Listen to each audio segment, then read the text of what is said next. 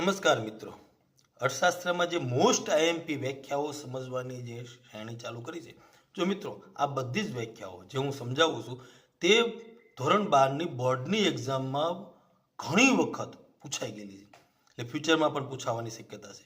એટલે મિત્રો આપણે મોસ્ટ આઈએમપી વ્યાખ્યાઓની જ ચર્ચા કરીએ છીએ અહીંયા. ઓકે, તો આજની વ્યાખ્યા જે વારંવાર પરીક્ષામાં પૂછાણી છે, તો સ્થળાંતર એટલે શું? સ્થળાંતર કોને કહેવાય?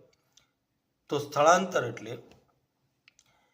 સામાન્ય અર્થમાં જોઈએ ને તો સ્થળાંતર એટલે સ્થળ બદલવું, બરોબર, એક જગ્યાએથી બીજી જગ્યાએ જવું, આ સામાન્ય અર્થ છે.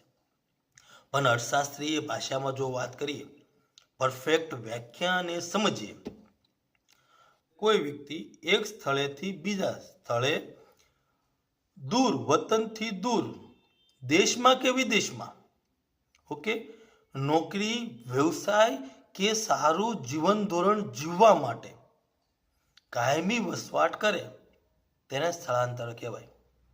તો ધ્યાનથી સાંભળજો, હું વ્યાખ્યા ફરતી બોલું છું. કોઈ એક વ્યક્તિ એક જગ્યાએથી બીજી જગ્યાએ વતનથી દૂર, દેશમાં કે વિદેશમાં, નોકરી, વ્યવસાય કે ધંધા અર્થે કે સારું જીવન ધોરણ જીવવા માટે કાયમી વસવાટ કરે, ત્યાં જઈને કાયમી વસવાટ કરે તેને સ્થળાંતર કહેવાય. અહીંયા બે બાબતો મહત્વની છે.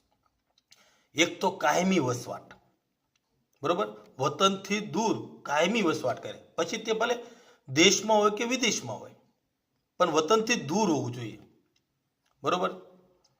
જેમ કે કોઈ એક વ્યક્તિ, માનો કે કોઈ એક વ્યક્તિ ભાવનગરથી નોકરી વ્યવસાય માટે અમદાવાદ રહે છે કાયમી, બરોબર. મારે એક મિત્રનો નોકરી છે, તે ભાવનગરના વતની છે, પણ તે હાલ અમદાવાદમાં કાયમી સ્થાયી થઈ ગયા છે, કેમ કે તેમની જોબ, તેમની નોકરી, તેમનો વ્યવસાય અમદાવાદમાં છે.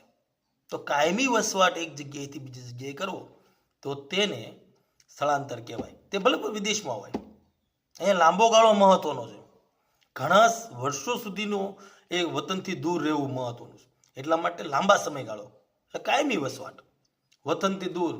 હવે શા માટે લોકો સ્થળાંતર કરે? તો કે નોકરી માટે, ધંધા માટે, વ્યવસાય માટે, અથવા ઊંચું જીવન ધોરણ જીવવા માટે ગામડામાંથી શહેરોમાં સ્થળાંતર જાય છે, બરોબર. તે ઊંચું જીવન ધોરણ પ્રાપ્ત કરવા માટે, ઊંચું જીવન ધોરણ એટલે સારી બધી ભૌતિક સુવિધાઓ પ્રાપ્ત કરવા માટે, આરોગ્યની સારી સુવિધા, રસ્તાઓની સારી સુવિધા, સંદેશા વ્યવહારની સારી સુવિધા, વીજળીની સારી સુવિધા, શિક્ષણની સારી સુવિધા, માર્ગ વ્યવસ્થાપનની સારી સુવિધા, આ બધી સારી સુવિધા મેળવવા માટે, ઊંચું જીવન ધોરણ જીવવા માટે ત્યાં શહેરોમાં વસવાટ કરે છે, કાયમી વસવાટ કરે છે, તેને પણ સ્થળાંતર કહેવાય.